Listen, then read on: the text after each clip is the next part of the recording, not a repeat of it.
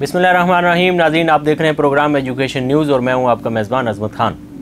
नाज़रीन, गुज़िश्ता रोज़ Karachi intermediate board में नाज़िम इम्तिहानात की तैनाती हुई है और लाड़काना बोर्ड के डिप्टी कंट्रोलर को यहां पे चार्ज दिया गया है। जब तक कि कोई मुस्तकिल कंट्रोलर नहीं आता तब तक ज़हीरुद्दीन भुट्टो साहब को यहां पे कंट्रोलर तैनात किया है।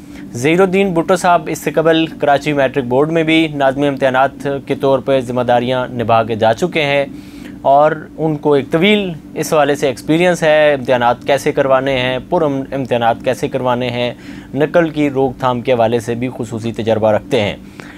उनकी तैनाती इंटरमीडिएट बोर्ड में एक ऐसे वक्त में सामने आई है जब इंटरमीडिएट के इम्तिहानात कुछ ही फासले पर हैं और इंटरमीडिएट के इम्तिहानात की तमाम तैयारियां मुकम्मल कर ली गई हैं।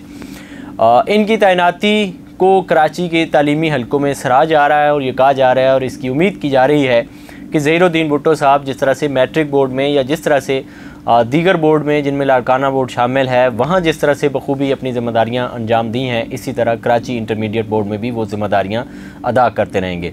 इसी के साथ अपने मेज़बान अज़मत ख़ान को दीजिए इजाज़त। अल्लाह निगहबान।